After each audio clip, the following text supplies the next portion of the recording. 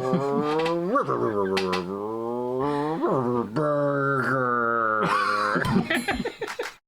everybody, welcome back to Movie Related. We are here to talk about Obiwan Kenobi. Again. We've done reviews for all the episodes, and we thought we were done, but we're not. Not done. So what did we think overall of Obiwan Kenobi, the series? It was terrible. It was. I can go back now, like after watching the entire thing. There were some good parts in it, but knowing what I know now, it was terrible. Absolute trash. Okay. So the reason why we're going to talk about Obiwan Kenobi again, despite having watched the terrible series, is because there has been a fan edit of the entire series, and they cut it into a 2.5-hour movie. So this visual effects amateur filmmaker, editor. He is such a fan of Star Wars. He said, well, no, I see this is wrong with it, this is wrong with it, they could have done this, I'm gonna fix it. So he took all of the episodes, went through them, reordered them, cut out what needed to be cut out, and put them in basically a movie that flows, and it has a different flow than the episodes. And a lot of people said, well, why are they doing a series of Ben Kenobi? Like this is something that could be like a feature film. And this guy set out to prove it. His name is Kai Patterson. If you want to watch this, it's readily available at his website at kaipatterson.com. Can we put the link below? I could try to do that. Yeah. And that's where I watched it. It was just easy. Went there, boom, started watching. Right. So what did you think of it? Okay. So first and foremost, so what they did was they eliminated, I really enjoyed it. Okay. So I really enjoyed his take on it. Okay. First. Okay. I'm going to interrupt you. Okay. I watched the entire Kenobi series, and I said, I want to watch this to see what the big... The fuss is? Yeah, everybody's making a fuss. Like, hey, you got to watch this. It's so much better than the series. I said, okay, I'll try it. And even though it was much better than the series, it was still long for me to watch.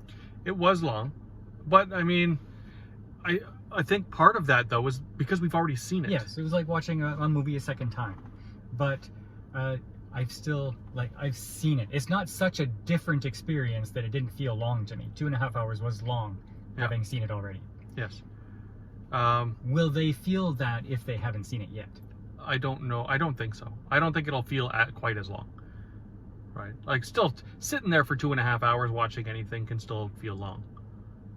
Right? Do you think it's good enough so that people who haven't seen the series might enjoy it without it feeling I don't long? know. So this is one of the things I was actually considering as I was watching it. I thought, if I hadn't seen the episodes, would I be following this story as well as I am? Yeah. Right? Would I be following the flow? But because I've seen even the stuff that was cut out, so I know it, would it matter to me? Would I need it? Right? So all of you people who hadn't jumped into Kenobi because maybe you heard Kenobi wasn't so great, if you decide to watch this, please let us know. As a first watch, was this a good movie? Like, did it flow? Were you missing any pieces? Right? Because we think it was a big improvement on the series, but as a first-time watch, we don't know if it's a great movie. Right. So the episodes, they concentrated a lot on baby Leia. They concentrated a lot on Reva and her pursuit of Obi-Wan.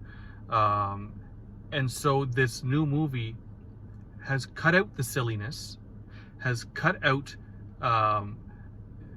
has cut out all of these side stories that they turned into main stories that took away from Kenobi's story, right? So now it's actually about Kenobi, and the side stories are still there, but very, very toned down.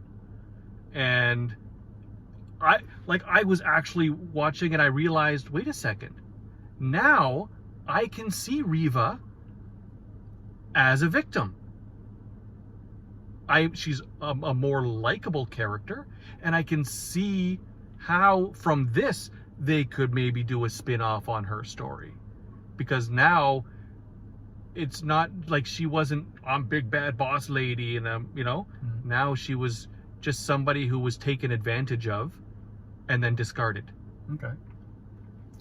They like the stuff they cut out was all the stuff that in the videos of people reviewing the series were laughing at, like the chase scene for little Leia. They cut out the whole part where Reva took Luke away into the canyon. Yep. And they reordered a lot of things. Like there's a part where there's this Jedi in town. Well, they reordered it so that you knew who the Jedi was right from the start. It wasn't a mystery, and then you find out later and all that stuff. Yeah. Another thing that he did was he took a lot of music and sound effects from the core Star Wars movies. The actual movies, yeah. And he put those in there because the score for Kenobi was kind of forgettable. And now we had these very familiar Star Wars sounds to bring us into the universe again. Yeah. So I thought that was great. Yeah. It was like not even just a little bit, much more enjoyable. And now I believe, okay, this is a story that had to be told. Where I was thinking this is just a cash grab on the series. Now I'm thinking, yes, okay. Now I can see why when Darth Vader sees Kenobi when he's older, there was more to it. When Leia was asking Kenobi for help with the hologram, there was more to it. This is why. Mm-hmm. So yeah. I don't know if it's a story that needed to be told, but it could be told. Yeah, it was fine. Now, was it a perfect movie? I don't think so, and I don't fault Mr. Patterson for that, because he only had the series to work with. Yeah, he couldn't change casting. He couldn't change any of that. If there were moments of bad acting, well, the important parts that he had to keep in the movie still had to be bad acting. He couldn't change that and recut it. So overall, I wish I had seen this movie rather than the series. Yes, absolutely. Which is great. In fact, I think just from this guy's storytelling point of view, Disney should hire this guy. Say, okay, these are our storyboards. Now, let you edit them and see if the story is flowing the way it should be flowing, because this guy has a good grasp on that. Yeah, I think, on a tangent, I think back in the old days, you used to hear stories about, oh, this scene was shot 82 different times. Or for Back to the Future, they actually changed out the Michael J. Fox actor for Michael J. Fox. So yeah, some other actor for Michael J. Fox. Yeah. So when they looked at the movie and they saw this isn't going right, they changed it. And I don't think they have that anymore. They kind of, okay, this is what we're working with. Let's shoot it. Okay, that was okay, I guess. Let's go on to the next scene. Oh, that was okay, I guess. And we're talking about we're talking about Disney, who owns Star Wars, and Star Wars is one of their, I guess, most highly valued properties. So if you're putting the money into it, get the most you can out of it. Well, they're squeezing this thing dry. What they really have to do is stop focusing on content and start giving us entertainment again. Yeah.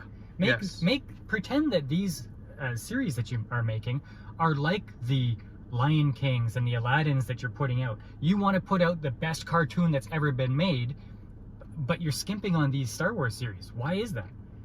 If Kai Patterson can take your junk and make a better movie, why is that? Yeah, why couldn't you do that from the beginning?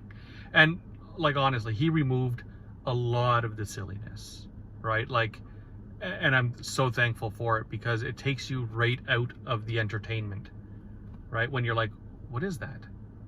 Yeah. So if you were on the edge of whether you wanted to see it or not, don't watch the series. Just go to kaipatterson.com and watch his fan cut.